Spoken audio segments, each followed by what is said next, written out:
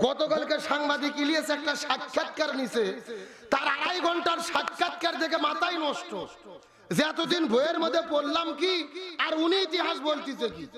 এতদিন শুনেছি 30 লক্ষ শহীদ হয়েছে বাংলাদেশের জন্য, আর উনি বলতেছে 30 লক্ষ শহীদ হয়নি, শহীদ হয়েছে 3 লক্ষ। বঙ্গবন্ধু ইংরেজি জানে না, 3 লাখ না বলে বলছে 3 মিলিয়ন। কে রে 3 লাখ কই আর 30 লাখ কই?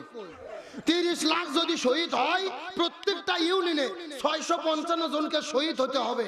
এই ইউনিয়ন ঘুরলে তো 10 জনও পাওয়া যাবে না। এতদিন আমরা ভুল তথ্য জেনেছি, ভুল ইতিহাস জেনেছি। পরিষ্কার করে মেজর ডালিম যে সাক্ষাৎকার দিয়েছে, চুমুল তর্ক বিতর্ক, ইতিহাস আমাদেরকে জানতে হবে। বলেছে পাকিস্তান বুদ্ধিজীবীদের বাংলাদেশে হত্যা করেনি, ভারত হত্যা করেছিল আমার দেশকে মেধাশূন্য করার জন্য। আমার বক্তব্য নয়, মেজর ডালিম বলেছেন।